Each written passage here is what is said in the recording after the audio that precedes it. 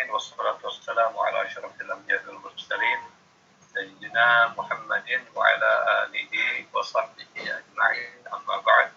Rabbana zidna ilman nafi'a warzuqna fahma rabbi shrah li sadri wa yassir li amri wahlul 'uqdatam min lisani yafqahu qawli. Alhamdulillah, pertama-tama saya mohon maaf minggu kemarin, Jumat kemarin tidak bisa membersamai Anda karena ada kegiatan pasca sarjana di luar kota. Ada pengabdian masyarakat dan ada sedikit penelitian, lalu dilanjutkan dengan malamnya serapat. Gitu. Di sela-selanya ya sedikit meluangkan waktu untuk nikmati alam. Baik, hari ini insya Allah kita akan membahas tentang sociolinguistics atau ilmu lughah al-ijtimai.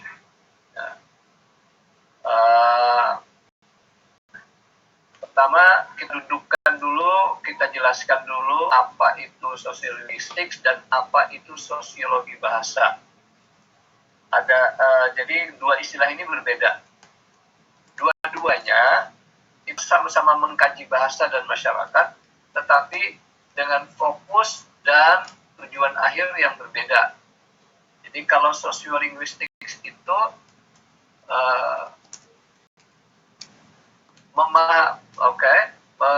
mempelajari masyarakat, orang-orang yang dipelajari, tetapi tujuannya untuk memahami bagaimana bahasa itu berfungsi dalam komunikasi. Sebaliknya kalau sosiologi bahasa itu mengkaji bahasa supaya bisa memahami masyarakat yang manapun yang dipilih, entah sosiolinguistics, entah sosiologi bahasa, intinya adalah memerlukan penelitian tentang bahasa. Saya contohkan mengkaji masyarakat yang dikaji dalam hubungannya untuk memahami struktur bahasa dan fungsi bahasa dalam komunikasi. Misalnya kita melakukan penelitian tentang saya contohkan saja bahasa Arab. Bahasa Arab, kalau dalam bahasa Arabnya Amiyah, dalam bahasa Indonesianya bahasa Arab pasaran. Ya, bahasa Arab pasaran, bukan bahasa Arab fusha. Nah, kita kaji, kita tujuannya ingin memahami bagaimana masyarakat memakai bahasa itu.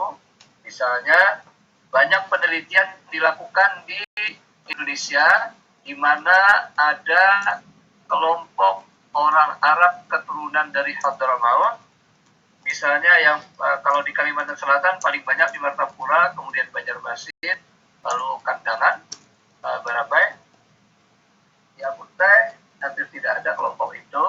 Lalu di Surabaya, di Ampel banyak sekali, di Gresik, di Pekalongan, di Jakarta, di Madura, di Palembang. Nah, jadi misalnya kita ingin meneliti bahasa yang mereka pakai sebagai alat komunikasi, lalu kita memahami masyarakat. Pada umumnya penelitian menyatakan bahwa orang-orang Indonesia keturunan Arab, keturunan Hadramaut, itu kalau berbahasa Arab, bahasa Arabnya adalah bahasa Arab yang pertama diturunkan dari nenek moyang mereka yang berasal dari Hadramaut, sehingga berbagai lahjah yang khas dari Hadramaut turun ke anak cucu mereka di Indonesia, dan mereka pakai untuk menandai bahwa orang ini adalah sebagai bagian dari kelompok orang Arab. Mereka menyebutnya jamaah. Ya. Jadi misalnya Ustaz Faisal itu, kalau Ustaz Faisal berbicara ke saya, lalu menyebut beberapa kawan atau orang tua di Martapura itu,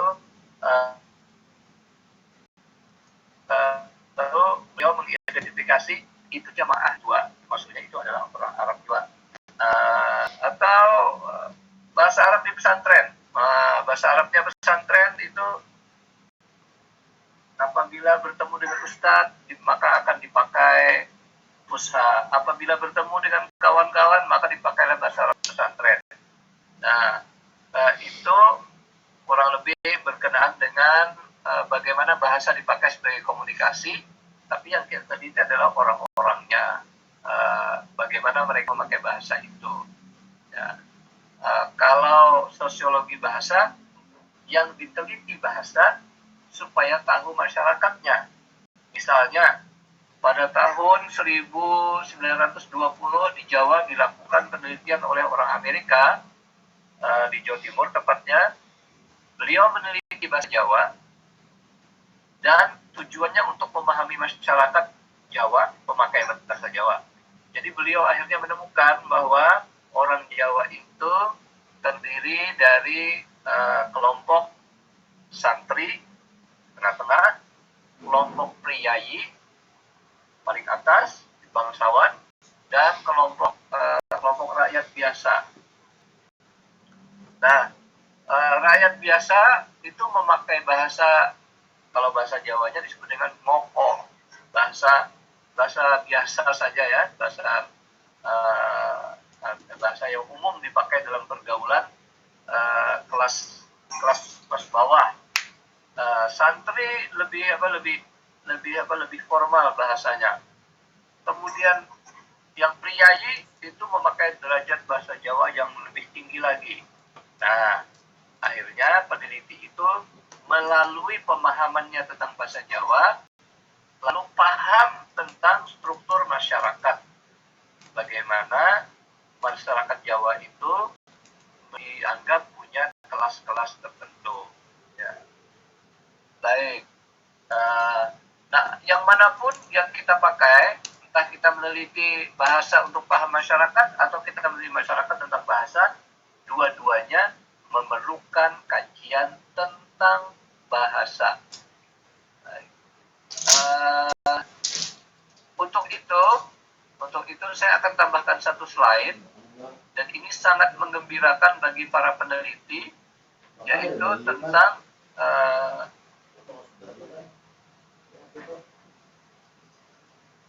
descriptive versus descriptive. Oke. Jadi, yang prescriptive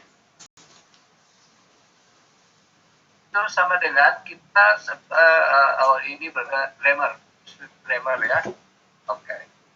Tata bahasa preskriptif itu sama dengan adalah tata bahasa yang kita pakai seperti hanya bahasa Arab Fusha atau pelajaran tata bahasa Indonesia, atau kalau belajar bahasa Inggris grammar. Apa masuk preskriptif? Preskriptif itu seperti resep. Bahasa Inggrisnya recipe. Baik resep itu resep dokter. Jadi ya, kalau resep dokter bahasa Inggrisnya adalah prescription. Oke, resep dokter. Apa yang dituliskan oleh dokter, kemudian kita mengikuti, tidak boleh keluar dari tulisan dokter itu. Kata dokter, obatnya adalah ini. Nah, itu prescription namanya. Dari kata prescription itu jadi kata sifat preskriptif. Kalau masakan kita sebut dengan resep, bahasa Inggrisnya recipe. Oke.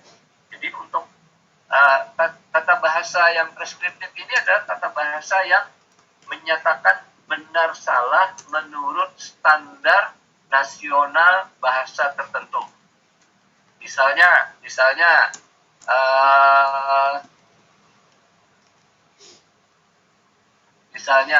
dan preskriptif.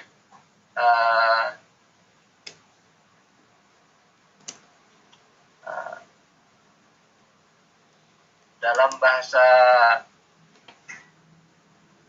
karena, karena itu adalah kaidah bahasa Indonesia yang benar, karena. Tetapi kita boleh, sebagian orang membacanya hanya karena, kan? Selalu.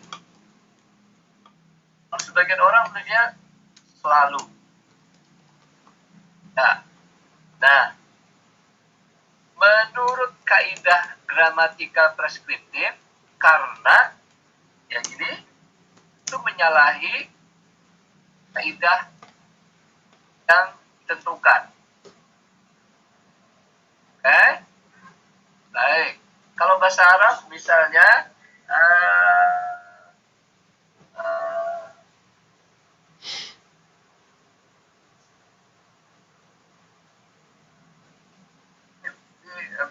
Maimunah tahu, sangat paham nih Maimunah. Jadi orang Arab misalnya alasyan itu artinya karena. Sahih, Maimunah? أيوة صحيح دكتور. Sahih, alasyan. Dari kata ala sya'nin. نعم صحيح على شأن. Ala sya'n. Ya. Dan orang Arab pada bahasa Amiyah menyebutnya alasyan. Nah, bagi kita yang tidak besar di Makkah, tidak besar di Madinah, itu kita tahunya li'annaha. Itu yang preskripsinya kan, yang menurut kaidah grammar preskriptif. Nah, baik. Nah, sekarang bagaimana kita menjelaskan misalnya alasyan, atau misalnya kalau kita tanya apa kabar, kaifa haluk, itu standar, tapi dalam bahasa Arab macam-macam, ada ikhbarat, lalu ada ish launat, ish zayat, dan seterusnya, macam-macam dari berbagai negara Arab itu. Apakah itu menyalahi kaidah fusha? Nah, bagaimana menjelaskannya? Menjelaskannya kita memakai descriptive grammar. Dan sociolinguistics, karena sifatnya deskriptif, hanya menggambarkan apa yang dipakai oleh orang tanpa menilai benar salahnya, sekalipun kita tahu bahwa ini adalah amiyah atau ini adalah bahasa apa? Bahasa tidak resmi dan sebagainya. Nah, maka kita tinggal menggambarkan saja. Jadi kita hanya memberikan penjelasan atau dengan kata lain, penelitian untuk social linguistics itu sifatnya atau jenisnya adalah wasfi, hanya deskripsi, menggambarkan saja. Nah, sekarang ini membuka kemungkinan untuk penelitian. Misalnya Anda sedang meneliti mengapa para dosen bahasa Arab di program S2 bahasa Arab ini, program magister ini, sebagian memakai bahasa Indonesia, sebagian memakai bahasa Inggris. Sebagian memakai bahasa Arab. Ya. Anda boleh tanya alasan-alasan itu. Maka penelitian itu sudah masuk penelitian deskripsi sosio-linguistik. Anda tidak memberikan penilaian atau judgement benar atau salah, atau Anda tidak menyatakan ini lebih mulia atau tidak mulia, tetapi Anda tinggal menggambarkan. Nah, jadi misalnya penelitian tentang bahasa kalau dalam bahasa Indonesia itu misalnya bahasa prokem. Saya tidak tahu prokem itu dari kata apa, tapi prokem itu maksudnya adalah bahasa kode rahasia dari kelompok tertentu, misalnya bencong. Nah, misalnya bencong itu punya kata-kata tersendiri. Ya, berangkat dalam bahasa bencongnya melayang. Nah, apa lagi? Ya macam-macam. Yang bahasanya itu agak jorok, tidak enak dinyatakan. Atau misalnya bahasa komunitas sopir misalnya, mereka punya istilah-istilah sendiri yang mereka pakai. Nah, itu jatuh pada penelitian sociolinguistics. Nah, misalnya, ini saya contohkan, syukur-syukur ada yang tertarik, misalnya saya sedang terpikir untuk melakukan penelitian, mudah-mudahan ada yang tertarik di sini, yaitu bahasa Arab di ruang publik. Nah, apa maksudnya? Ini penelitian sosiolinguistik, tidak menyatakan salah atau benar, tapi mendeskripsikan bagaimana bahasa Arab itu ada di ruang publik. Misalnya di ruang publik itu ada papan nama, ya, papan nama apa? Nama usaha. Usaha itu bisa toko, jenis usahanya, ya kan? Oke. Papan nama apa lagi? Papan nama jalan. Papan nama lembaga. Nah, misalnya majelis taklim. Nah, papan nama apalagi majelis taklim, nama langgar, ya, atau masjid. Nah, tahukah Anda ada nama masjid Sayyidul Ayyam? Ada yang tahu Sayyidul Ayyam, masjid Sayyidul Ayyam di mana?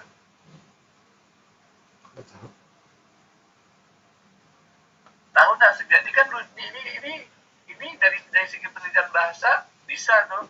Oh, ternyata sejarahnya menyumbang terbanyak untuk pembangunan masjid ini adalah para pengusaha ayam. Jadi supaya ada nama usahanya masuk dalam bahasa Arabnya itu, mungkin permintaan para donatur, akhirnya yang bisa bahasa Arab, kalau gitu Bapak Sayyidul Ayyam, ya, yang pengusaha ayamnya ini, ya, ayam petelur, ayam peternak, segala macam-macam itu, ayam pedaging, tidak tahu bahasa Arab, tetapi ada orang yang bisa bahasa Arab, kemudian menghubungkannya dengan itu.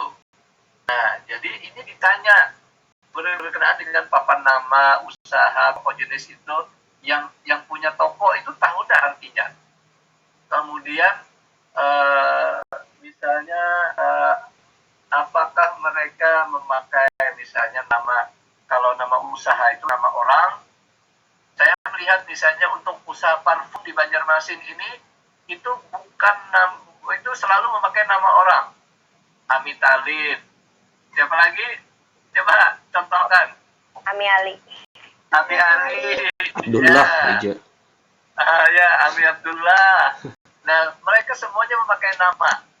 Coba kalau dibandingkan, maaf ya, saya membandingkan dengan nama-nama usaha orang Cina, itu tidak ada memakai nama. Tapi mereka punya semacam moto semboyan.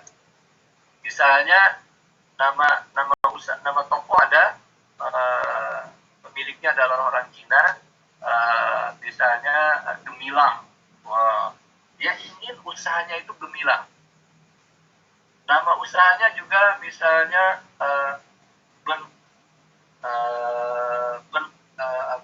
berkat bersama. Tapi kalau orang Banjar, coba lihat nama warungnya Warung Acil Imah. Ya nak? Ya. Bahkan ada warung sate sabar menanti. Apa menantinya? Ya, saya lihat memang sampai tengah malam warung itu buka. Coba misalnya warungnya itu misalnya disebutnya goyang lidah misalnya. Wah, orang kalau ke situ lidahnya bergoyang, berarti enak. Jadi doa, jadi apa gitu kan. Nah, ini adalah penelitian, jadi salah satu bentuk penelitian sosiolinguistik yang menggambarkan apa adanya, deskripsi. Kalau tidak ada berkenaan ini benar menurut kaidah atau tidak, tetapi kita tinggal menggambarkan saja. apapun gitu ya, apapun. Baik. Satu contoh ya. Contoh lain adalah penggunaan bahasa Arab misalnya di di kalangan anak-anak muda yang sekarang ada istilah kelompok hijrah. Sekarang yang tidak ada bahasa Arab pun itu kalau apa diungkap-ungkap, masya Allah, jazakallah, subhanallah, bahkan mereka berdebat dengan ejaan. Wah, yang betul itu insya Allah atau insya Allah atau insya Allah dan seterusnya. Ya, Anda boleh tanya misalnya bagaimana ini sebenarnya pendidikan ringan sebetulnya. Ringan itu maksudnya Anda tinggal tanya-tanya orang itu yang sering teks WhatsApp-nya itu menulis pakai insya, pakai Y Indonesia atau SH seperti hanya orang Inggris. Ya, sebagai ejaan bahasa Inggris. Ini semuanya benar kok. Tidak ada yang atau menulis Allahnya itu Allah. Wah, ini marak di kalangan apa? Di kalangan mu'allaf hati. Atau hatinya yang baru merasa Islam gitu loh. Ya, di kelompok hijrah. Lalu saya mendengar istilah qadarullah, jazakallah. Nah, itu dalam pengertian sosial linguistik kurang lebih namanya adalah kesalehan bahasa atau linguistic piety. Jadi rasanya keimanannya itu bisa ditampilkan dalam bentuk penggunaan istilah-istilah gitu. Ya, ternyata boleh saya tanya, ini nikmat benaja, senyum-senyum, Adib panggut-panggut, Muhammad bin Fitar juga kelihatan antusias gitu ya. Apakah ini membuka wawasan Anda tentang topik penelitian bahasa? Iya, Pak. Ya? Iya, Pak. Insyaallah. Ya, ketimbang hanya sekedar misalnya istiqdatiyah, istiqdamu apa gitu kan ya? Ya, atau amaliyah. Kalau amaliyah sebenarnya ditolak Pak Faisal pasti. Ya. Tapi penelitian seperti ini jadinya penelitiannya lebih meluas dan analisisnya tidak harus berkenaan dengan qawaid nahwu dan sharaf. Kalaupun ada, Anda menjelaskan saja, tidak menyatakan benar atau salah. Nah, sekedar contoh dari topik-topik penelitian, gitu ya. Jadi topik lainnya jadi tentang penggunaan bahasa. Nah, penggunaan bahasa atau pemakaian bahasa. Nah, Anda misalnya bisa penelitian penggunaan bahasa Arab oleh para pedagang keturunan Arab di pasar apa. Nah, itu menarik gitu. Jadi, apa yang Anda teliti? Anda membuat daftar jenis kata apa, lalu pemahaman mereka. Misalnya yang saya amati, orang-orang Arab di pasar Antasari atau di pasar apa? Di pasar baru di Banjarmasin ini, kalau ditanya 1 tahu, wahad, itnin, talata, arba, khamsah, 6 mereka tidak tahu, 7 jarang-jarang, 8, 9 juga jarang, tapi kalau 10 tahu, asyraf, 15 tahu, khamsah asyar, 20 tahu, tapi 16, 17, 18, 19 tidak tahu. Nah, itu apa penjelasannya? Ternyata itu berhubungan dengan nilai uang. Mata uang kan kita kan 1.000, 2.000, 3.000, 4.000, 5.000, 5.000, 10 ribuan kan? Tidak ada kan uang 6.000 selembar? 15.000 habis itu kan? Ya, dan seterusnya. Jadi mereka tahu bahasa Arab itu hanya untuk hitung-hitungan sesama mereka. Untuk misalnya agak rahasia. Jadi saya mendengar misalnya, saya diam-diam aja, misalnya saya mau beli sarung Itu ambilkan abang rakhis gitu kan. Pikirannya saya tidak paham, jadi saya diam-diam aja. Oh, nah ini murah lah, ini murah. Kan apa ini sama aja. Saya geli aja ketawa. Akhirnya di ujung-ujungnya saya paham bahasa Arab, saya bilang. Kan? Nah, jadi bahasa Arab, penggunaan bahasa Arab oleh pedagang itu tujuannya untuk menghitung, hitungannya pun sekian, gitu kan? Dan mereka tidak tahu tidak tahu yang untuk angka-angka sekian dan seterusnya. Oke, bisa juga misalnya Anda boleh melakukan penelitian sikap sikap santri atau sikap kalau masyarakat lah. Masyarakatnya ini Anda pilih nanti siapapun, boleh santri, boleh guru, boleh pejabat. Nah, ini menarik. Misalnya, kalau ada sekolah umum atau sekolah umum, bisa ambil sekolah umum Muhammadiyah, itu kan latar belakangnya Islam ya. Kalau ada pelajaran bahasa asing selain bahasa Inggris dan bahasa Arab, atau selain bahasa Inggris, bahasa apa yang mereka pilih? Kalau mereka memilih bahasa Arab, tanya alasannya itu apa. Nah, itu sikap masyarakat, gitu ya. Baik. Saya ingin ulangi, sosialistik itu mempelajari masyarakat berhubungan dengan penggunaan bahasa sebagai alat komunikasi. Penelitiannya bersifat deskriptif, yaitu hanya mendeskripsikan, menggambarkan topik-topik yang beberapa contoh itu adalah topik-topik seperti ini. Banyak lagi. Ya, baik.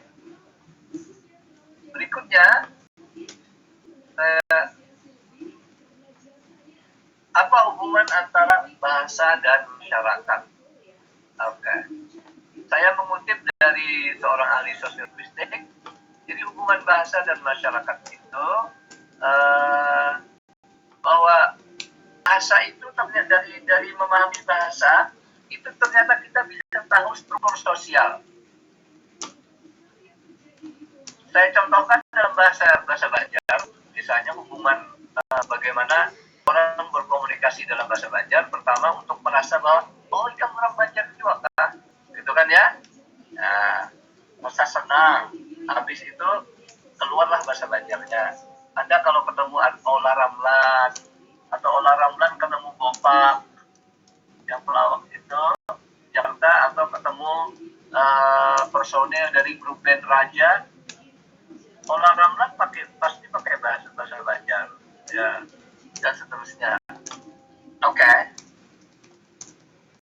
Struktur sosial berhubungan dengan bahasa itu bisa berhubungan dengan fenomena bagaimana usia dan jamin menentukan pemilihan bahasa.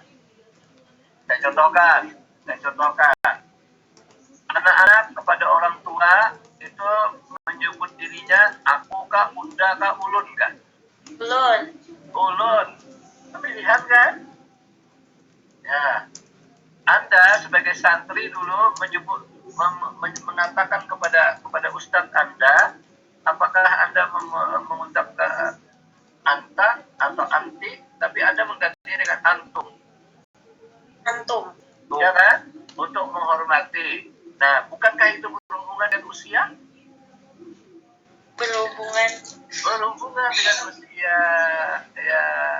Jadi dalam bahasa-bahasa lain itu jauh lebih sebelumkan hanya sekedar domir yang diganti, tetapi kata-kata tertentu. Juga laki-laki dan perempuan itu cenderung menyampaikan sesuatu berbeda caranya. Boleh saya contohkan ini ya. Kalau laki-laki berbicara itu memaksa. Kalau perempuan memulai berbicara itu dengan minta izin. Saya contohkan untuk laki-laki, adik Muhammad suka sepak bola? Lumayan tuh, Pak. Lumayan. Invitar suka sepak bola? Tidak terlalu, Pak. Yes. Oh, tidak terlalu. Tidak terlalu suka. Yang lainnya, halo yang lainnya gimana? Suka bahasa? Suka, Pak. Hah? Suka, Pak. Dehendar suka sepak bola? Oke. Suka sepak bola. Klub apa yang Anda paling sukai? Real Madrid. Real Madrid. Oke. Siapa striker yang paling Anda kagumi di Real Madrid? Benzema. Siapa? Karim Benzema. Benzema. Oke. Karim Benzema. Nah, saya membayangkan Dehendar sebagai pengagum striker Karim Benzema, pemain Real Madrid. Itu kalau menceritakan bagaimana Real Madrid hampir kalah melawan Barcelona. Iya, musuhnya Barcelona ya, Dehendar. Ya, oke. Lalu di akhirnya Karim Benzema mampu memasukkan gol dengan cara yang luar biasa. Apa yang dilakukan oleh penggemar Real Madrid? Dia akan sesudah selesai tayangan televisinya, dia mungkin akan ke Facebooknya, atau dia akan ke WhatsApp grupnya, atau dia akan ke dan post ronda, lalu dia mulai berbicara. Apa katanya? Luar biasa gol Karim Benzema. Padahal di kawan-kawannya, kawan bicaranya belum tentu menonton, bahkan belum suka pun belum tentu, apalagi menonton. Ya kan, Dehendar, kira-kira seperti itu ya? Ya, Pak. Kurang lebih lebih baik. seperti itu. Atau misalnya kita kembali ke ini Nikmatun Najah atau Nurul Hikmah, suka drama Korea? Suka, Pak. Ya, Sophia suka drama Korea. Siti Anissa nih ketawa banget nih. Suka drakor? Suka, Pak. Ya, yang lainnya saya tidak tahu apa yang mereka sukai. Nah, baik, saya ingin jelaskan. Ini perempuan kalau ingin cerita tentang apa yang ditontonnya, sesama penggemar atau komunitas. Komunitas itu artinya adalah sekelompok orang dengan minat yang sama. Itu komunitas. Ya, bukan masyarakat, bukan komunitas, minat yang sama. Komunitas biker, gitu ya. Misalnya itu berarti hobinya kelompok itu diikat hanya dengan sama suka bersepeda. Oke. Komunitas drakor nih. Apa yang dilakukan oleh komunitas drakor, para penonton itu yang umumnya perempuan, kalau mereka ingin membuka pembicaraan, minta izin dulu. Cara minta izinnya saya contohkan. Misalnya Nikmatun Najah nih ngomong ke Nurul Hikmah atau ke yang lainnya. Hikmah, Hikam, salam nonton lah. Yang pas waktu tabrak mobil tuh, ujar Hikmah, ingin nonton, pas ada pekamis gitu. Lalu rame kisah itu. Ya. Kalau laki-laki tidak ada izin, laki-laki itu menganggap bahwa bicaranya harus mengikuti apa topik yang diperkenalkannya. Mantap golnya. Orang belum tentu nonton, orang belum tentu suka. Kalau perempuan itu minta izin, bukan begitu, kawan-kawan? Benar, Pak. Ya. Nah, bukankah itu berhubungan dengan bahasa? Sangat berhubungan. Jadi struktur sosial jenis kelamin itu berhubungan dengan bagaimana orang berbahasa. Ya. Bahkan kelompok tertentu misalnya dalam di artikel-artikel yang saya baca itu bahasa Arab, misalnya bahasa Arab orang-orang di daerah Teluk, di negara-negara kecil misalnya seperti Bahrain, Uni Emirat Arab, ya, Kuwait. Nah, itu berhubungan. Kelompok yang Syiah itu punya lahjah tersendiri. Yang Sunni punya sampai ke agama atau begini, orang Muhammadiyah itu memanggil para pemuka agamanya dengan sebutan ustaz. Ustaz siapa, Ustaz Amin Rais, Ustaz Syamsuddin, Ustaz Bahtiar Nasir, Ustaz Haidar Nasir. Tapi kalau orang Nahdlatul Ulama itu menyebutnya dengan kiai, haji, gitu ya.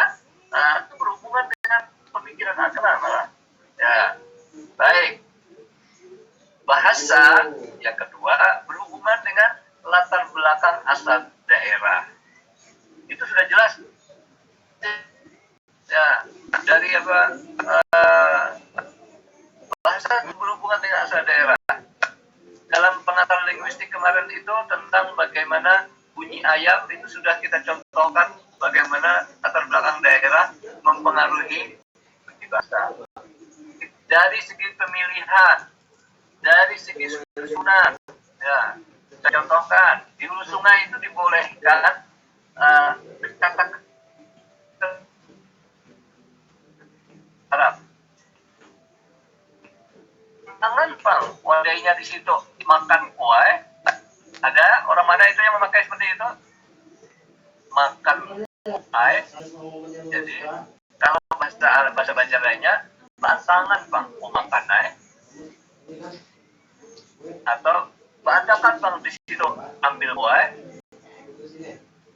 Nah itu dari segi susunan latar belakang daerah itu menentukan ternyata. Ya. Latar belakang sosialnya juga orang yang tinggal di Kelayan, di Teluk Tiram, di Veteran, di mana lagi ya, yang komplek-komplek lebih dahulu ada tuh loh, komplek dahulu ada, itu cenderung nyaring biasanya. Nah, tapi yang tinggal di yang sekarang pindah ke komplek itu cenderung lebih turun nadanya, ya. Oke. Jelas ya hubungan antara bahasa dan masyarakat itu. Oke. Nah pertanyaannya, apakah masyarakat yang mempengaruhi bahasa atau bahasa yang mempengaruhi masyarakat? Bahasa mempengaruhi masyarakat. Masyarakat mempengaruhi Masyarakat mengenai bahasa. Oke, dua-duanya betul. Dua-duanya betul.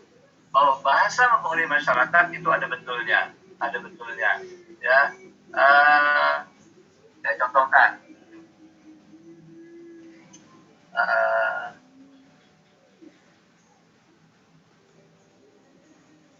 Apakah saya sudah pernah meminta contoh dalam bahasa Banjar tentang bayi dari ikan gabus dalam bahasa Banjar? Sudah, Pak. Sudah ya? Sudah. Nah, kan? Itu bisa jadi contoh masyarakat mempengaruhi bahasa karena masyarakat kita saking gemarnya dengan iwak haruan berikut gradasi atau derajat besar kecilnya karena cara memasaknya beda. Kalau yang besar itu paling nyaman diubar paham? Dibakar, ya, dipanggang. Kalau lebih kecil itu enaknya digoreng saja, ya. Kalau untuk kandangan itu lebih tepat harus yang besar karena harus dipotong-potong besar, gitu ya. Oke. Kalau yang kecil-kecil jam rancingan itu dipais, iyalah. Nah, saking gemarnya orang Banjar dengan makanan itu sehingga orang Banjar memerlukan istilah-istilah khusus untuk itu. Nah, itu contoh masyarakat mempengaruhi bahasa. Nah, contoh bahasa mempengaruhi masyarakat. Bahasa yang mempengaruhi masyarakat. Oke.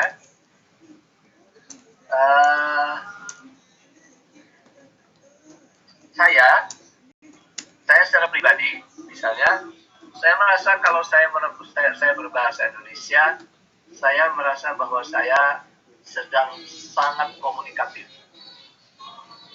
Karena bahasa ini sangat saya kuasai. Bahasa Banjar itu rasanya saya membumi. Bahasa Inggris rasanya saya seperti seorang akademisi.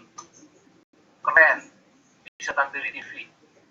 Bahasa Arab itu saya rasanya, maaf ya, saya rasanya rasa gagah gitu loh. Rasa jadi kerennya itu bukan keren akademik, tapi lebih keren merasa bahwa saya merasa gagah karena di dalam bahasa Arab itu ada rasa syaja'ah di situ ya. Dan juga ada rasa, tentu saja rasa agamis di situ ya. Oke.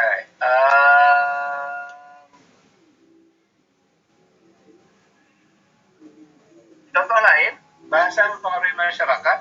Ya. Coba ada sekelompok orang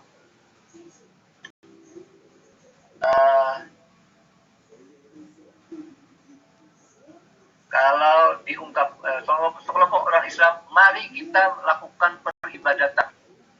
Rasanya rasa Kristen jadinya ya. Ya kan? Mari kita, padahal peribadatan itu netral lah. Boleh saya peribadatan. Ya. Oke. Ini majelis apa? Oh, kami tidak menamainya majelis, Pak. Majelis taklim, majelis tadarusan atau apa? Majelis yasinan atau salawatan. Oh, bukan. Ini namanya adalah persekutuan yasin. Mendengar itu rasanya ya. Padahal netral ya. Nah, masyarakat kalau dinamai itu. Nah, apa rasanya kalau Anda punya kawan yang satu namanya Daud, yang satu namanya David? Hah? Apa rasanya? Padahal sama itu artinya. Hah? David rasanya Lebih ke Kristen-Kristenan. David dan Daud itu ya itu juga. Atau ada dulu ketua KPK namanya Abraham. Tidak ditulis dengan Ibrahim, dituliskan dengan Abraham. Nah. Ya, jadi bahasa ternyata mempengaruhi orang gitu ya. Oke. Ya, yang kedua, ya berikutnya adalah sebetulnya bahasa itu lebih berhubungan dengan alam. Jadi alam menyediakan kita bahasa. Jadi misalnya, coba bayangkan saya 30 tahun yang lewat pulang dari Amerika. Di Indonesia tidak ada laptop. Di Indonesia, di Banjarmasin, maksudnya di Banjarmasin tidak ada laptop 30 tahun yang lewat. Internet juga tidak ada. Tapi saya sudah tahu internet, saya sudah tahu email. Lalu ketika saya ingin berbicara tentang email, tentang internet, laptop, itu apa yang bisa didengar oleh orang? Jadi bagaimana saya bisa menjelaskan? Karena benda sekeliling di Banjar waktu itu belum ada. Nah, jadi benda-benda di sekeliling Banjar itu tidak bisa. Misalnya bagi kita yang tahunya cuma kurma, ya kurma aja. Pelepah kurma, daun kurma, buah kurma, biji kurma, kebun kurma, semuanya dinisbahkan, diidofahkan dengan kurma. Orang Arab itu jelas semuanya. Kurma mentah apa, pohon kurmanya apa, biji kurma apa, kulit bagian dalam dari biji itu apa, bahasa Arabnya. Itu karena alamnya menyediakan. Jika alam mempengaruhi bahasa lalu mempengaruhi orang. Ya, orang Banjar misalnya, kalau sungainya besar, orang Banjar menyebutnya Batang Tanjung. Tapi kalau sungainya kecil, sungai aja. Lebih kecil dari sungai, orang menyebutnya Saka. Bila sungainya ulahan, hanya bisa dilewati oleh jukung, orang menyebutnya Handil. Bila apabila bisa dilalui kelompok, orang menyebutnya anjir. Bukan anjir dalam bahasa gaul ya, anjir, bukan ya. Ya, oke. Ini anjir nama itu ya, nama jenis aliran air yang bentuknya seperti sungai dan lurus. Itu anjir. Dibikin oleh manusia, bukan alamiah. Nah, kalau sungai kecil itu ada di perbukitan, namanya guntung. Coba tanya orang Arab, semuanya adalah sungai. Bila mengalir, itu semuanya sungai. Ya. Kalau digali dalam, bitrun.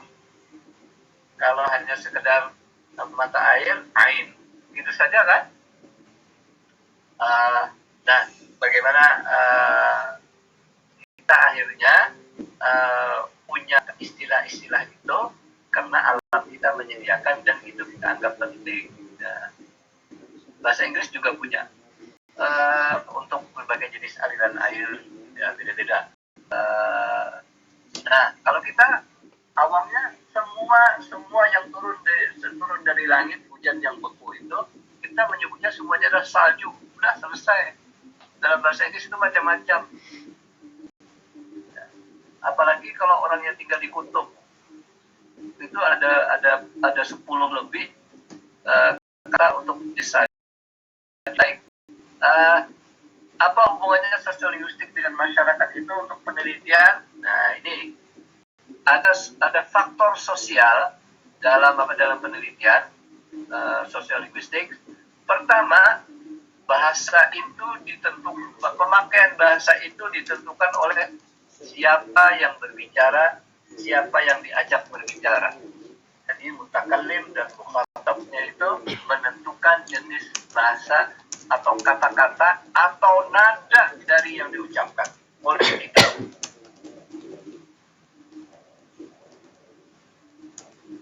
Coba Anda bicara kepada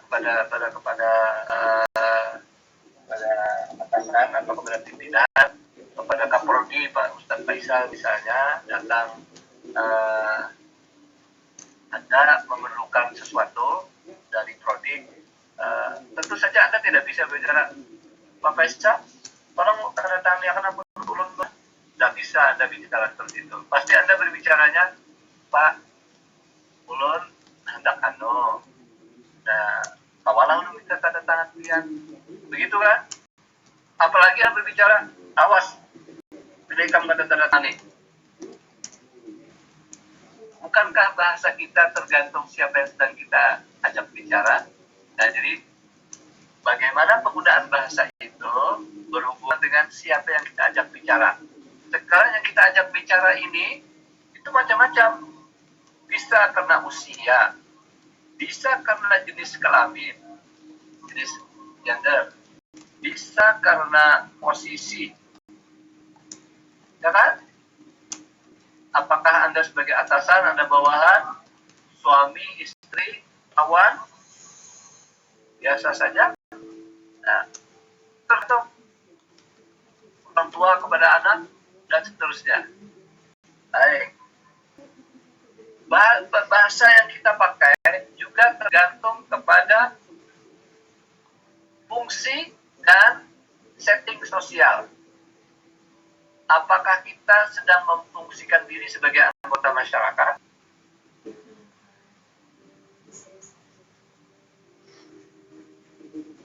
Apakah kita sedang memfungsikan diri, sedang berada di suasana masyarakat atau suasana sosial, di rumah, di kantor, di sekolah, dan sebagainya? Itu tergantung. Nah, itu menentukan bentuk bahasa kita.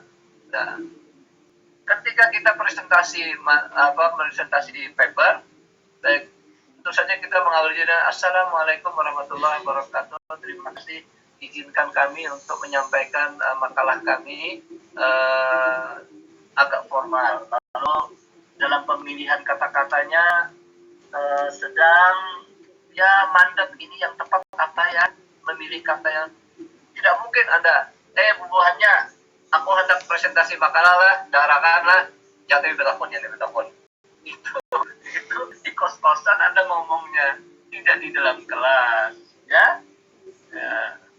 Oke, atau di tempat kerja juga berbeda. Di sekolah ya, well, coba dengarkan ini, misalnya penceramah dilanggar, ya. Tidak mungkin seorang penceramah berbicara di musola itu dengan suara yang santai. Jadi ibu-ibu tahulah biar bahwa sahabat Nabi itu ada yang bernama Nuaiman.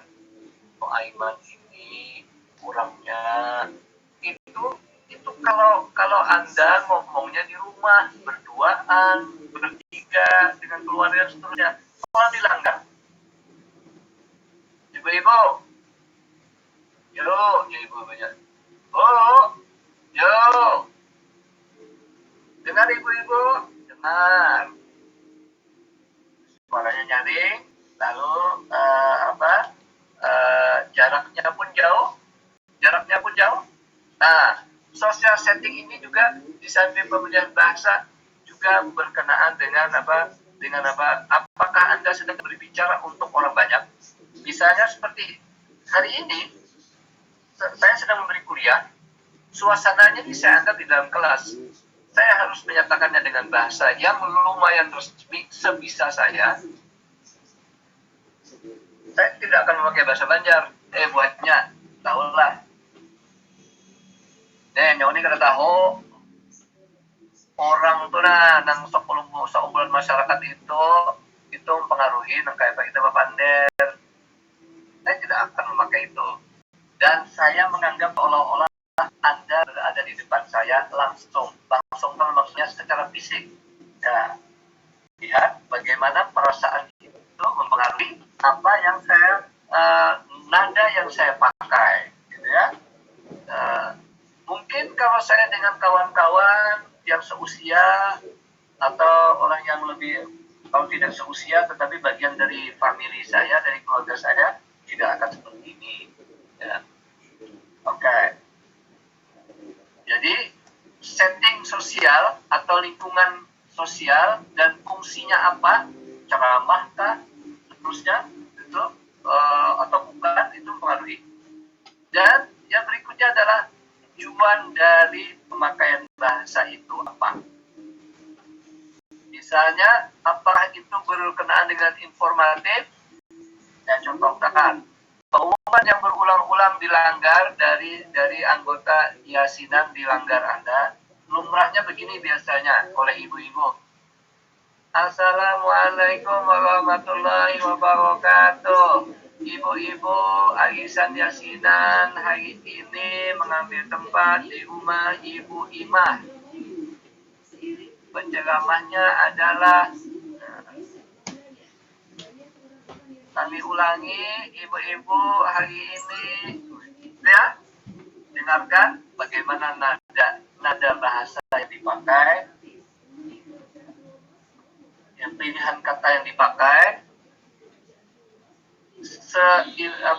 seformal dia yang bisa, karena tujuannya adalah pengumuman.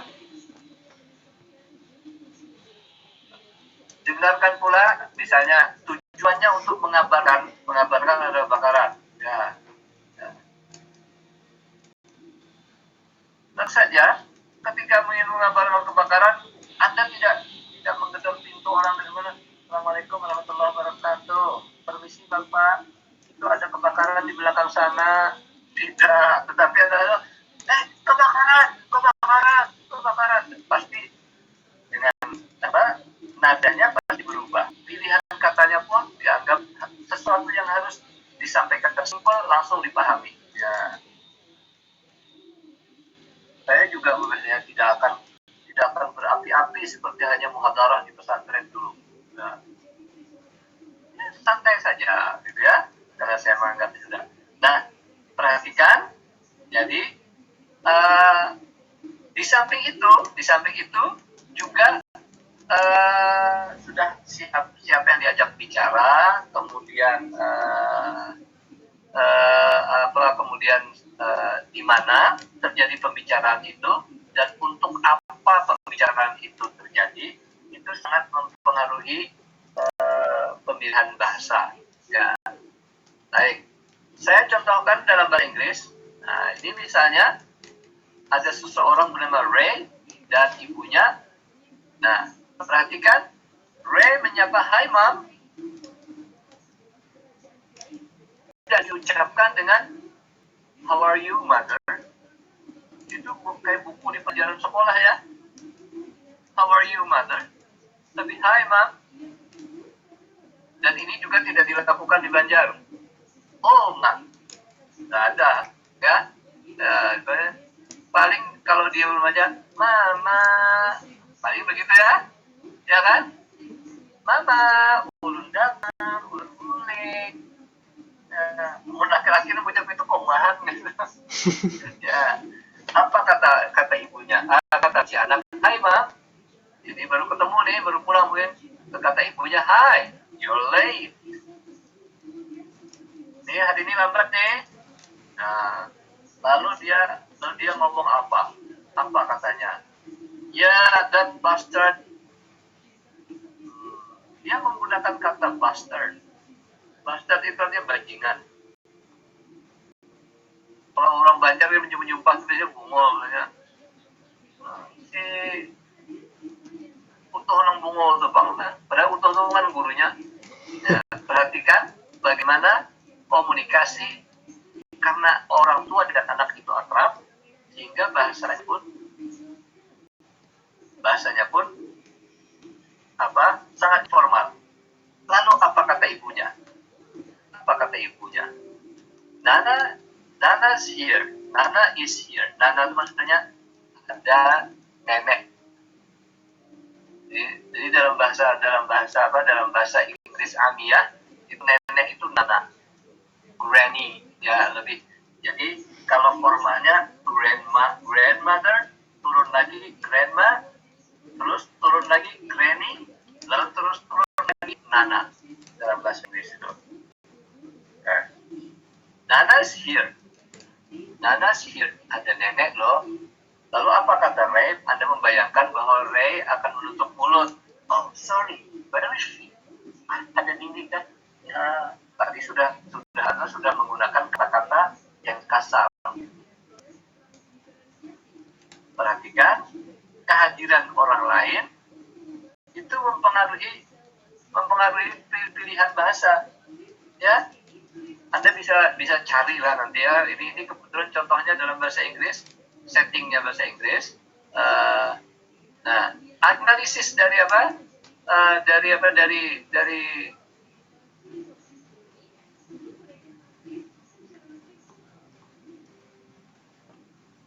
analisisnya adalah bahwa Ray dengan ibunya itu bisa diketahui bahwa dia berbicara sangat informal.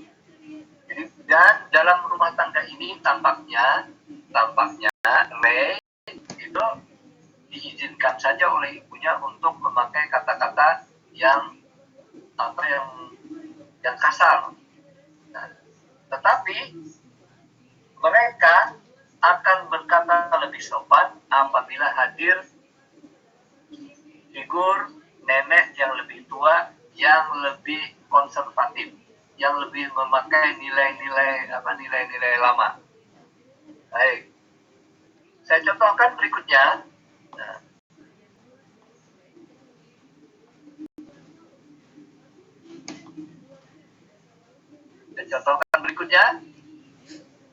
Oke. Ray dengan kepala sekolah. Ray ini seorang siswa ya. Oke. Kata Ray, "Good afternoon, sir." Ya, sir itu adalah sapaan untuk hormat kepada laki-laki dalam bahasa Inggris. Kalau hormat untuk sapaan perempuan adalah ma'am, singkatan dari madam. Oke.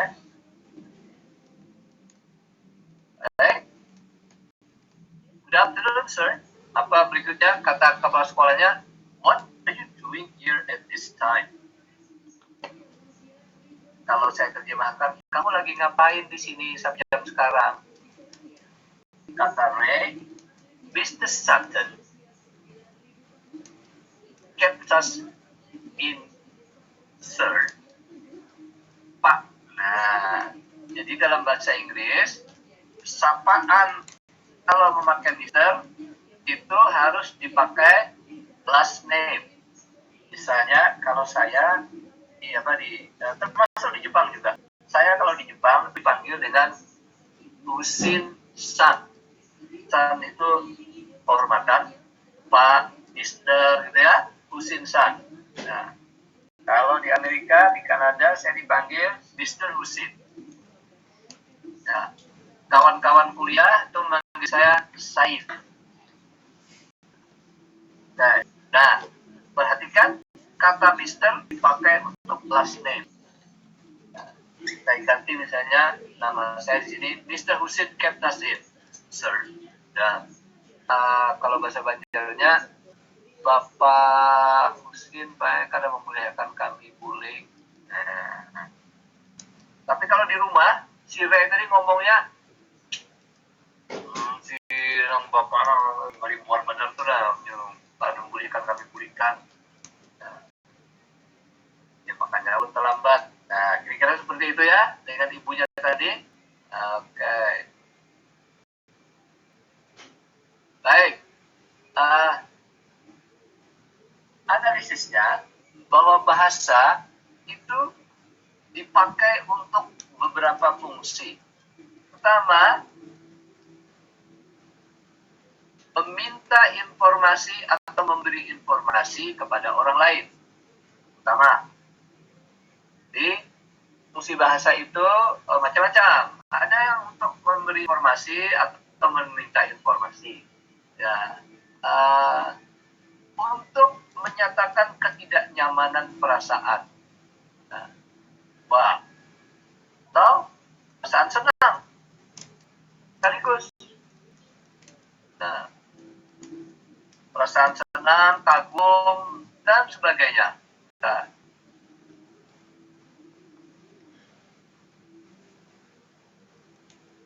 sebagai contoh saja, misalnya Anda ke pasar, maaf ya, Anda ke pasar. Nah, ini berapa, apa fungsinya? Anda sedang meminta informasi. Nah, aku bisa duit seiniannya, Anda sedang memberikan informasi. Ya, ini terbagus, nah, Anda sedang menyatakan kekaguman. Ya, aku pada hendak itu pada bagus lalu. Anda sedang menyatakan bahwa rasa tidak nyaman. Umatlah di sini dan seterusnya. Baik. Sekarang contoh berikutnya, saya akan menggiring Anda ke penjelasan ini. Oke.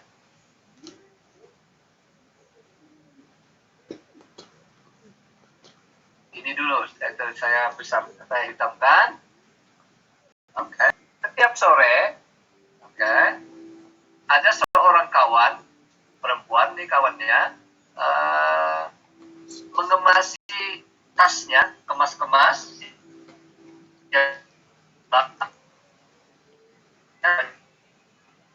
Jadi teman sore, kawan saya ada seorang kawan perempuan itu menyimpuni tasnya dan meninggalkan kantor yang ada di Cardiff pada jam 5. Kawan tadi itu yang ceritakan tadi, ketika dia ingin meninggalkan kantor, dia mengatakan kepada kawan sekantornya apa?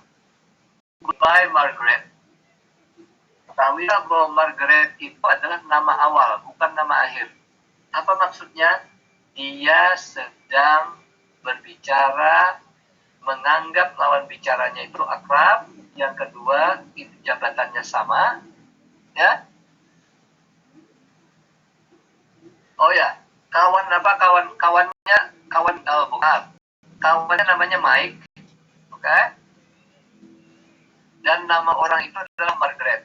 Jadi ketika dia pas mau pulang, si laki-laki namanya Mike, goodbye Margaret. Nah, lalu si si Margaret menjawab kepada kawan laki-lakinya itu dengan menggunakan potongan nama Michael menjadi Mike.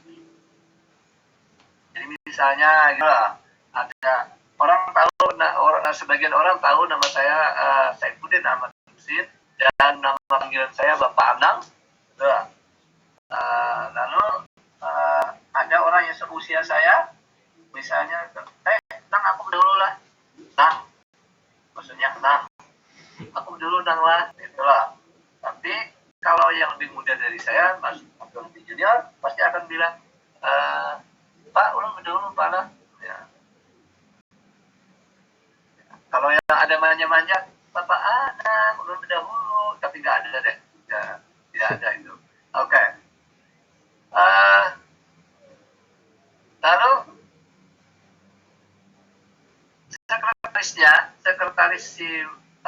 sekretaris si Margaret, rupanya Margaret ini punya apa? Punya jabatan. Mau mengucapkan goodbye Miss Walker. Nah, rupanya namanya adalah Margaret Walker. Namanya adalah Margaret Walker. Jadi sekretarisnya adalah bawahannya. Bawahannya menyapa dia dengan sebutan last name dan pakai gelar Miss. Goodbye Miss Walker, ya. Oke. Sedangkan, maaf, yang lebih rendah lagi jabatannya, misalnya yang lebih rendah itu cleaning service misalnya, itu bahkan mengucapkannya dengan Mrs. Walker, menyebut ya pakai Mrs. dan menyatakan Walker itu adalah nama suaminya. Dan Mrs. Walker atau Margaret Walker menjawabnya goodbye Andy. Dia hanya mengucapkan kata goodbye dan nama orang bawahannya itu disebutnya dengan first name, nama awal saja. Oke, perhatikan tokoh kita yang bernama Margaret Walker.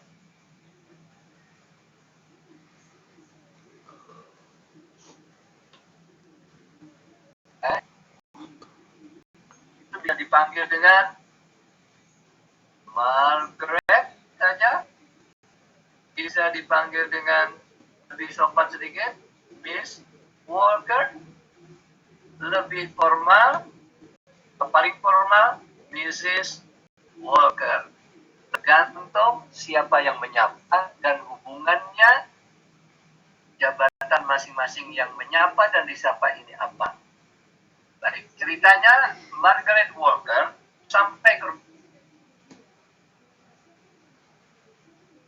disquiched by. Sampai di rumah, apa yang dengarnya? Sapaannya, "Hai, Mam." Anaknya yang bernama Jamie. Jamie adalah potongan dari James. Dari nama ini ketahuan bahwa Jamie itu panggilan kesayangan artinya. Ya. Lalu apa jawaban si Margaret Walker? Hello dear. Hello dear. Apa kabar saya? Oke. Dan agak formal. Have a good day. Mana hari ini? Menyenangkan? Rame tak? Gitu ya. Oke. Lalu apa kata si anak? You're late again. Bukan kata si anak. Ada kalimat berbunyi you're late again. Melambat lagi nih. Ternyata ini dari suaminya. Walker. Oke. Nah, ada setting ini kelihatan sekali bagaimana seorang tokoh Margaret Walker berbicara dan diajak berbicara dari cara penyebutan namanya mencerminkan siapa yang sedang berbicara atau yang diajak berbicara. Mike itu potongan nama dari Michael. Nah, berarti antara Margaret Walker dan Mike dan Michael ini itu punya posisi yang sama. Karena masing-masing bisa menyapa dengan first name, nama awal. Lalu sekretaris Margaret menyapanya dengan Miss Walker karena sekretaris adalah bawahannya. Yang jadi satpam atau jadi office boy atau cleaning service itu menyapanya dengan Mrs. Walker, paling formal. Dan dijawab saja oleh Margaret dengan nama awal Andy. Oke? Goodbye Andy. Andy itu singkatan dari Anderson mungkin. Ya. Dan ketika pulang di rumah, anaknya hanya bilang, "Hi Mom." Ya.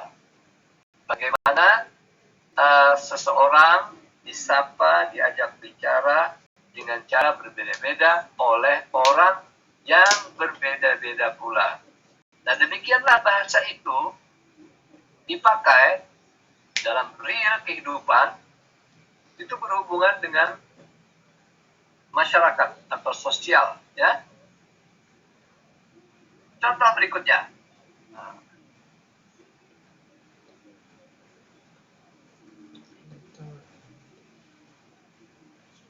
Dalam perkumpulan di lingkungannya, Margaret Walker itu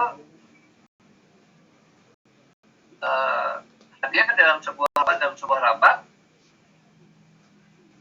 ada yang bertanya, "Good evening, is that Mrs. Billington?" Itu Nyonya Billington ya? Oke. Lalu yang lain menjawab, "No, it's Miss Walker." Is Miss Walker, but my husband's name is David Billington. Oh, ternyata Margaret Walker ini memakai nama ayahnya, bukan memakai nama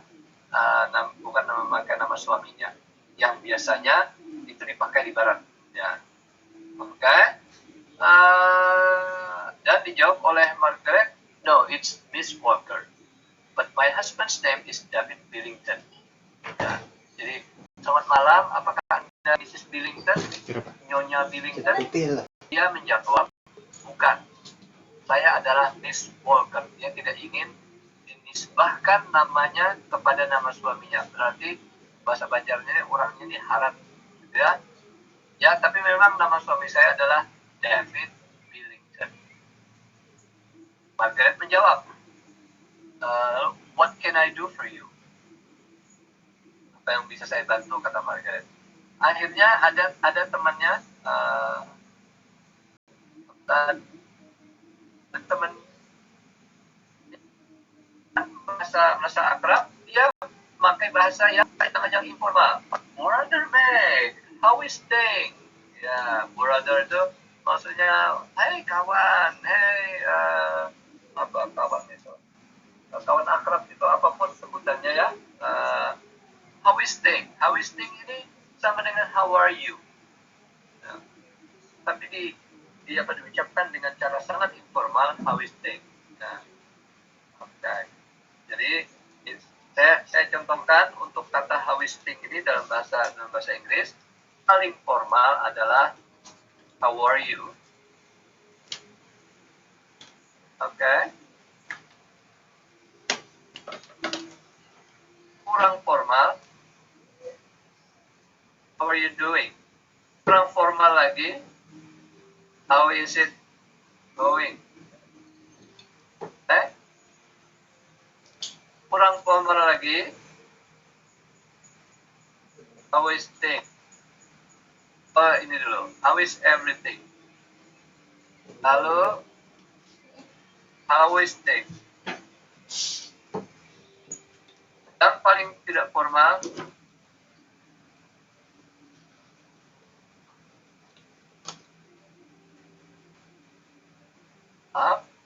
yang tidak formal adalah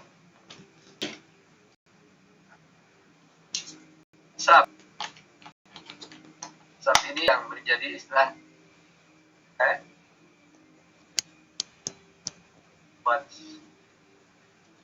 Nah, ini sebetulnya ambil dari bunyi WhatsApp, apa kabar artinya. Nah, kebetulan app-nya di sini application berarti ya. Baik. Saya yakin di bahasa-bahasa lainnya juga ada apa kabar itu? Apa nih? Belajar kayak apa nih? Apa semalam dan seterusnya. Bahasa Arab juga itu ada derajat formalitas untuk memakai bahasa-bahasa itu ya. Baik. Contoh nomor 4. Contoh nomor 4. Bagaimana kalau contoh nomor 3 tadi, kepada siapa, kemudian di acara apa, itu bahasa dipilih sesuai dengan tempat, dengan orang, ya, dengan tujuan. Baik. Sam, potongan nama dari Samuel, bahasa Arabnya Samuel, nama salah satu nabi, dan nama salah satu Ashabul Kahfi juga. Apa katanya? You seen our English new voice. Yang ini saya susah menjelaskannya karena ini adalah dialek bahasa Inggris di British sana yang berada di lebih daerah ke utara. Maaf, saya akan skip ini. Oke. Baik. Sekarang kita berbicara tentang social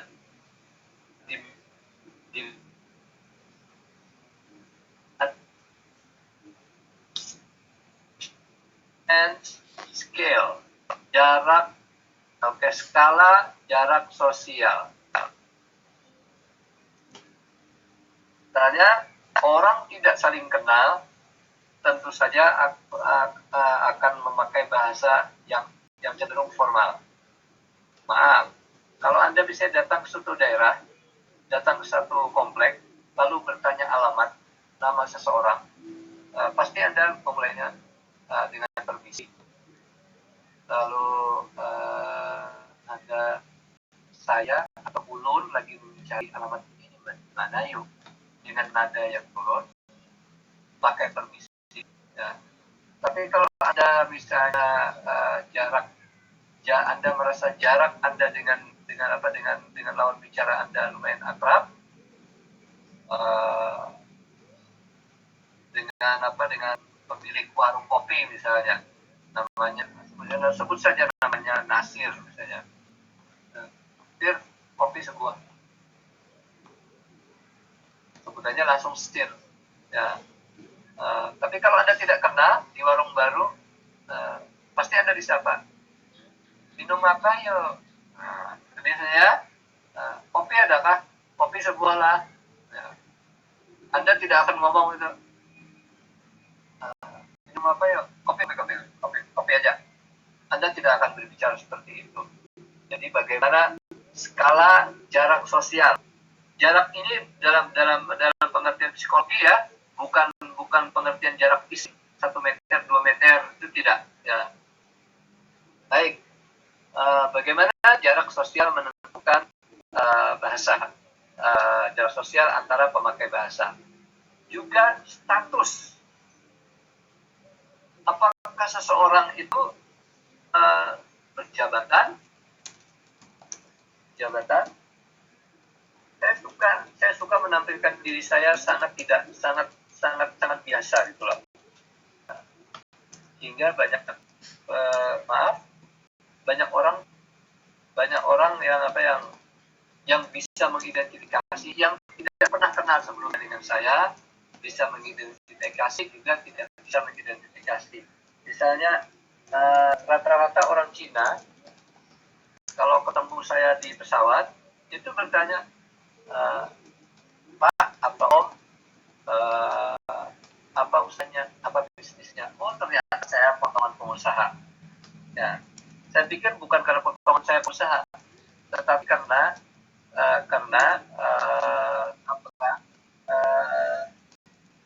bawaan saya, ya saya santai aja, pakai sandal, pakai topi, tasnya seadanya, ya, ya mungkin itu dikenali oleh mereka gitu loh, orang ini tampaknya ada usaha. Apalagi kalau bepergiannya mau kemana, misalnya mau ke Banjarmasin, tapi berangkatnya dari Batam. Nah, berarti orang ini tujuannya adalah tujuan Batam, kan tempat usaha, tempat bisnis. Ya. Lalu dengan skala status itu, saya jarang sekali, maaf, dalam karir saya 30 tahun lebih menjadi dosen, belum ada 5 kali saya memperkenalkan diri kepada orang lain dengan mengaku sebagai dosen. Saya menggunakan istilah, kalaupun misalnya Bapak kerja di mana? Kayaknya saya pernah melihat Bapak di sekitar 45. Oh ya, saya memang sering keluar masuk di IAIN. Oh, dosen kah Pak? Dan saya saya menjual jasa, mengajak bicara anak-anak orang lain. Ya, yang paham ya paham, artinya saya mengajar. Seperti sekarang ini saya mengajak bicara kepada anak-anak orang lain, itu kan? Ya, dan tidak bohong saya. Oke. Kemudian skala formalitas, yang ini berhubungan dengan setting di mana Anda sedang berada, di kantor, di warung, di jalanan, atau interaksinya dalam bentuk apa. Kalau Anda misalnya dalam bentuk melawak, tentu saja kata-kata yang Anda pilih cenderung kata-kata yang gaul. Kalau Anda sedang berada di depan orang lain berceramah, Anda akan memilih kata-kata formal. Ya. Kalau tujuan interaksinya hanya untuk bercanda, pilihan katanya, pilihan bahasanya sangat bebas. Oke. Dan ada skala fungsi dari interaksi itu.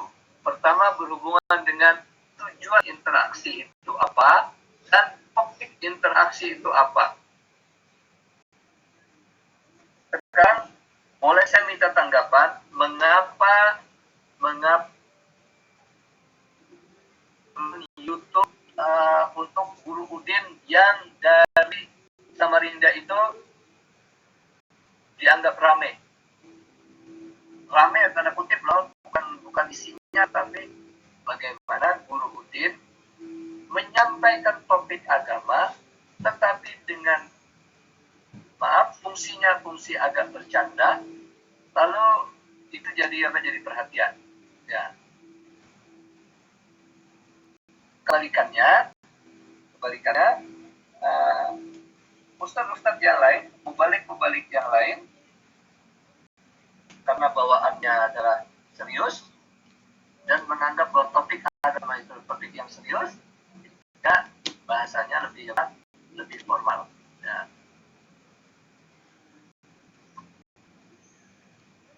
Baik, sampai di sini ada pertanyaan tentang sosiolinguistik?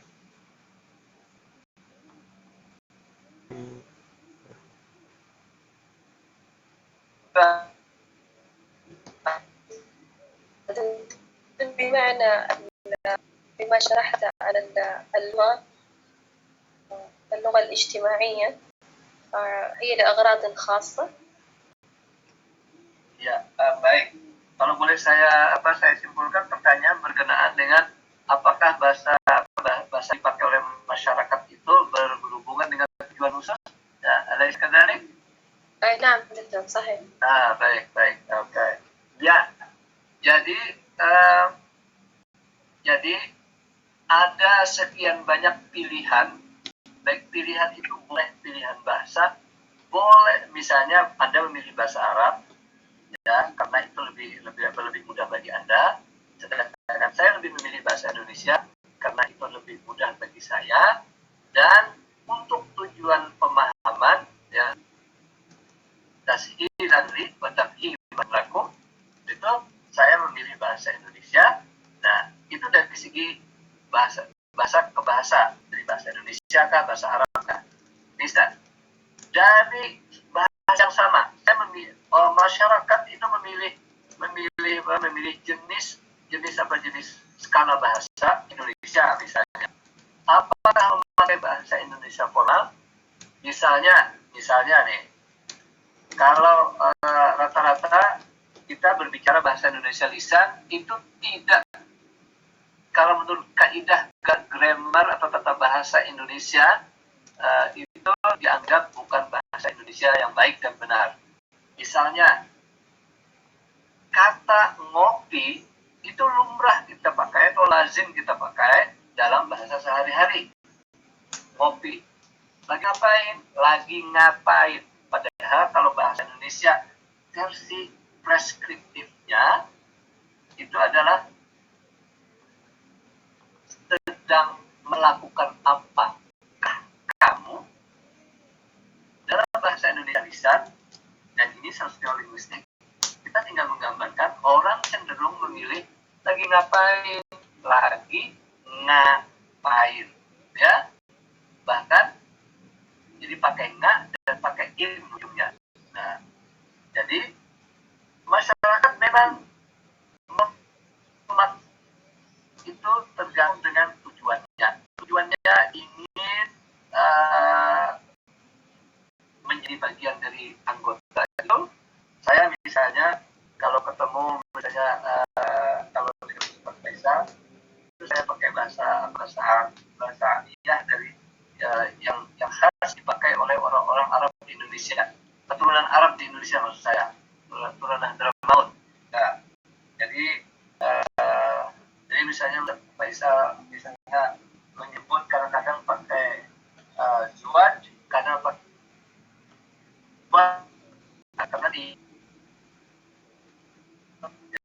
hanya untuk mengatakan kepada saya bahwa kita satu kampung.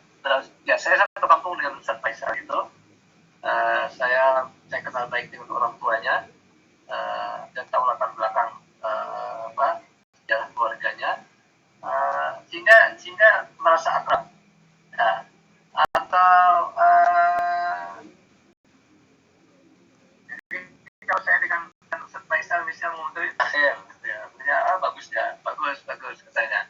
Ya, kami tidak menggunakan bahasa Arab yang artinya besar untuk tujuan ya sebagai anggota masyarakat sesama orang Martapura di mana banyak tinggal orang Arab keturunan Hadramaut. Saya merasa nyaman jadinya dengan Faisal. Ya. Tujuan lain misalnya di samping untuk mengidentifikasi diri bagian dari kelompok itu, ya tujuan lain biasanya para pedagang Cina atau pedagang keturunan Arab di Banjar itu kalau di bahasa perdagangannya mereka ada punya kode atau bahasa tersendiri yang untuk rahasia, ya, untuk rahasia. Kalau kita tahu rahasia kodenya atau rahasia dari bahasa yang mereka pakai, maka kita akan dianggap sebagai bagian dari mereka, dan karena ini urusannya perdagangan, biasanya kita akan dapat harga lebih murah. Ya.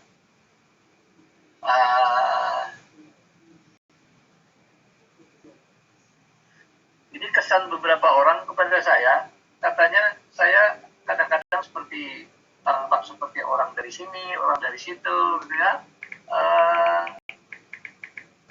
Saya ke bengkel orang Cina, kemudian saya melihat ada koran bertulisan huruf-huruf atau berbahasa Cina, lalu saya sapa dengan kata kok masih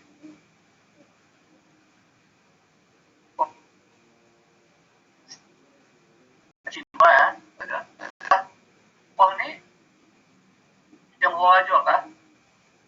Nah, dan kita cuma bisa aja, bisa pasti orang Tionghoa, ada orang Banjar gitu. Nah, apa reaksi orang Cina tadi kepada saya itu menganggap bahwa saya karena dianggap paham dengan tulisan Cina itu,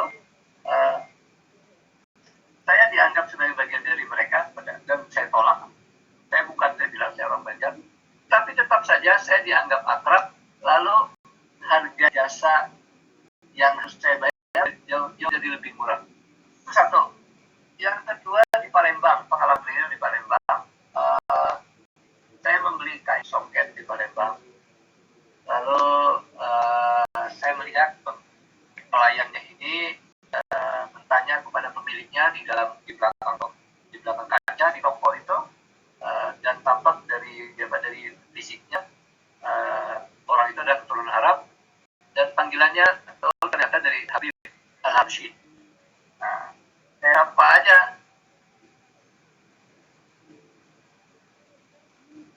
rasis lah, ini ya, Habibnya gitu. Hanya nggak bisa 25, dia bilang enggak, tapi saya pakai bahasa Arab yang Amyah atau bahasa Arab pasaran yang dipakai oleh Habib itu di Palembang. Lalu dia tahu bahwa saya paham kode itu dan saya pakai. Lalu saya dengan tujuan supaya minta murah, akhirnya saya dapat murah. Ya, demikian kira-kira jawabannya Maimunah. Jadi kita sadar betul dengan pemakaian bahasa itu dengan tujuan. Ya. Berbicara kepada anak-anak biasanya kita dengan kata-kata yang lebih sederhana, dengan nada yang lebih memujuk. Ya. Misalnya kalau kita ketemu ada anak orang lain, nama pian siapa nama pian, mabungasnya, itu tidak akan Anda pakai kepada orang lawan jenis yang seusia Anda. Misalnya Anda ketemu mahasiswa baru, mabungasnya Ikam, siapa ngaran Ikam? Tidak akan. Jadi kita sengaja memilih nada, kata-kata, bahkan apa kalimat, ungkapan, atau mungkin bahasa. Ya. Ini Maimunah, saya senang bahwa Maimunah bertanyanya dengan bahasa Arab. Sekalipun saya tidak maafkan, saya tidak menjawabnya dengan bahasa Arab. Tapi saya suka diajak berbahasa Arab. Kan begini, saya ceritakan. Saya belajar bahasa Arab, belajar di madrasah. Tetapi kemudian saya mengambil jurusan bahasa Inggris, lalu saya belajar linguistics. Nah, saya tidak pernah memakai bahasa Arab itu di Indonesia, tetapi ketika saya di negara barat, saya di Amerika, saya di Kanada, malah bahasa Arab itu sering saya pakai karena saya ketemu dengan orang-orang Arab, khususnya di masjid. Ada kejadian menarik. Maaf ya, saya agak cerita personal. Ketika saya di saya datang ke masjid Islamic Center, lalu ya bahasa Jepang saya masih patah-patah. Saya paham bahasa Jepang, tetapi menjawabnya belum bisa dengan lancar. Saya jawab dengan bahasa Inggris. Lawan bicara saya itu adalah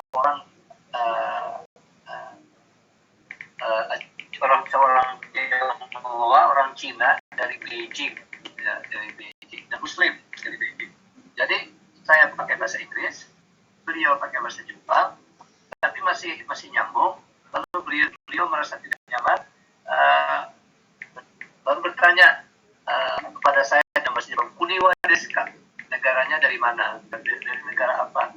Saya bilang Indonesia dari Indonesia. Jadi tahu saya dari Indonesia, ketemu dari masjid, berarti kan merasa bersamanya itu ada, yaitu sama-sama Muslim. Nah, kalau sama-sama Muslim, bahasa orang Islam itu yang mempertemukan adalah bahasa Arab. Lalu dia serta-merta berbahasa Arab. Ya. Katakanlah bil Arabiyah, katanya. Saya jawab, alhamdulillah qalilan, saya jawab dengan sederhana itu. Lalu jadilah komunikasi kami dalam bahasa Arab. Dan saya merasa bahwa ini sesuatu yang bagi saya sangat aneh, tapi juga membanggakan bahwa saya berbahasa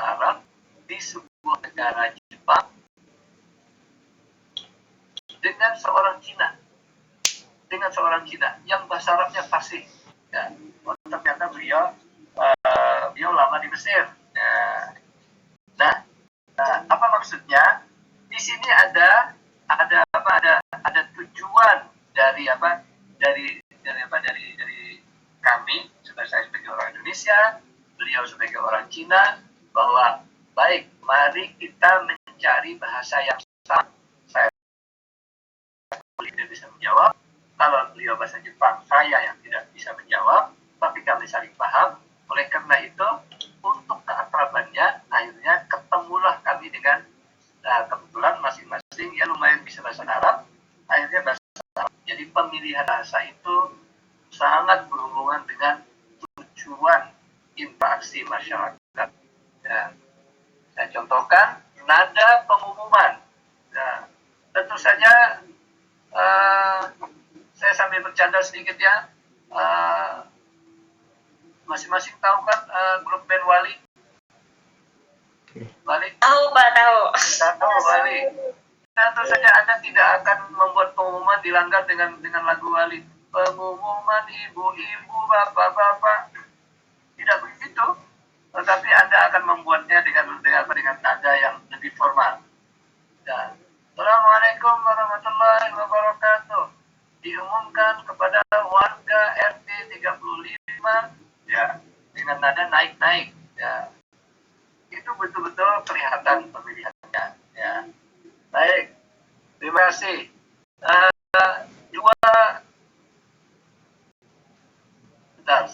Saya ingin menentukan seberapa banyak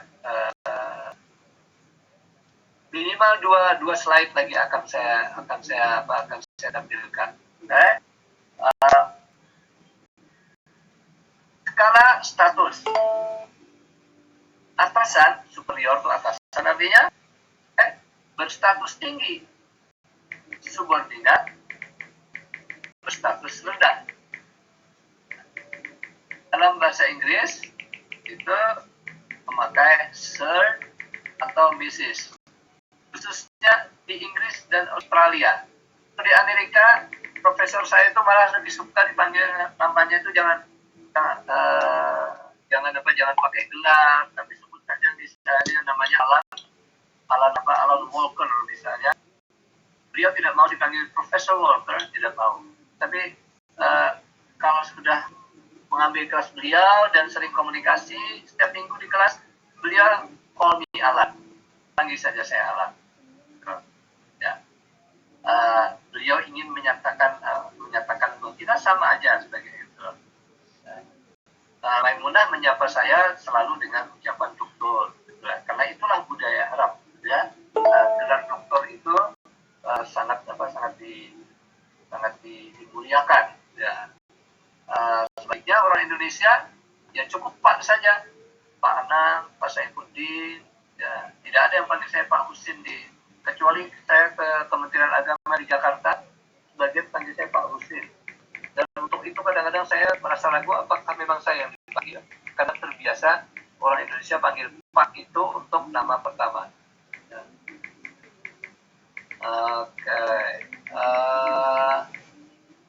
Jadi status tinggi, status rendah, gitu. Misalnya kalau di Indonesia status rendahan itu bahkan cenderung memakai bahasa itu dengan bahasa gaul. Ya, minum kopi itu tinggal diganti menjadi ngopi, begitu kan? Nah, jadi dihilangkan kata kerjanya, tinggal kopi. Sekarang gimana? Apa bedanya? Saya juga menggunakan kata gimana, padahal bagaimana. Terima kasih. Yang lebih ngeri itu adalah kaulah anak-anak sekarang menyebut assalamualaikum tuh apa anak-anak menyebutnya assalamualaikum? Maikom. Ya Niko, ya kan? Bahkan itu tulis di WA Niko. Nah, oke.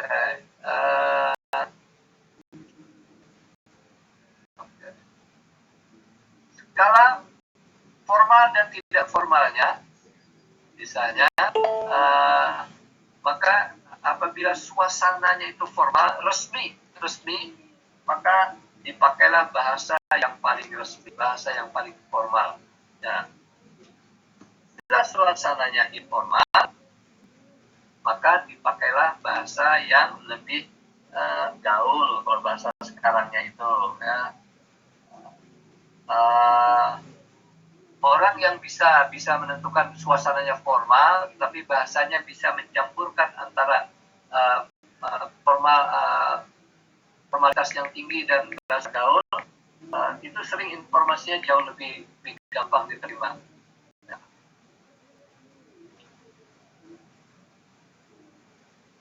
Oke, coba dengarkan di pengajian di majelis taklim di mana di kampung-kampung itu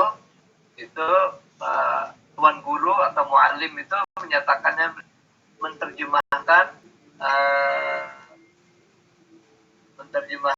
mubtada khobar itu selalu dengan bahasa Melayu lama, bermula ya, misalnya pada nahwu tadi itu al-hisanu fil bustani, terjemahan dari Ustaz di kampung itu biasanya bermula kuda itu adalah ia di dalam kebun. Padahal dalam bahasa gaul, kuda di dalam kebun, kuda atau di dalam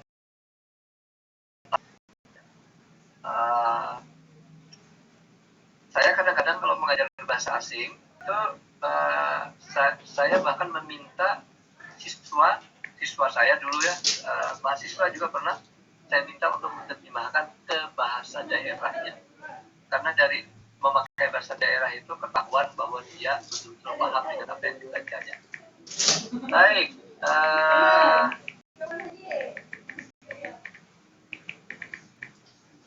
ini sebetulnya ada banyak lagi. Oke, baik. Di skala fungsi dan afektif itu berhubungan dengan perasaan. Ya.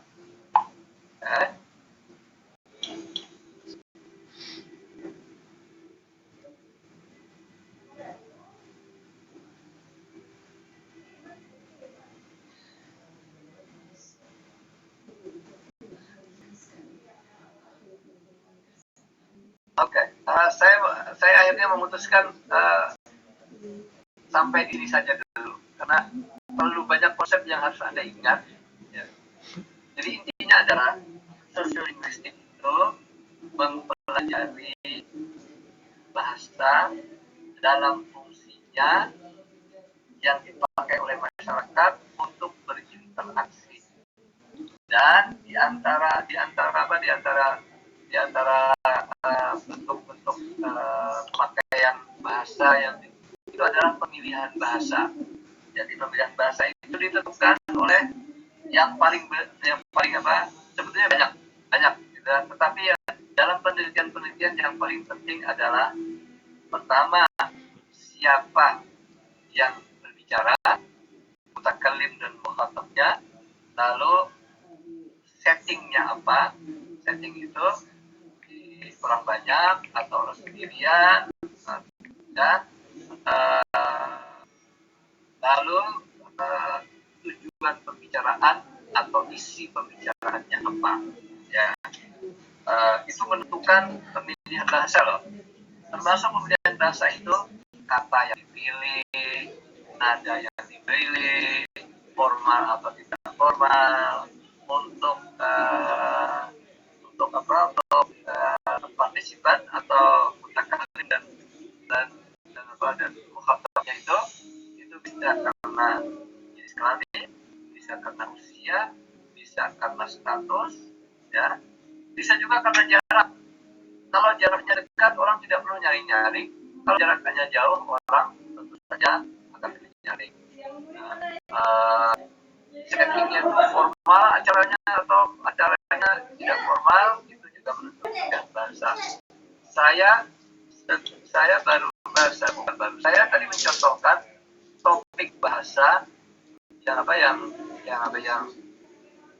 topik penelitian misalnya ini ya bahasa Arab di ruang publik misalnya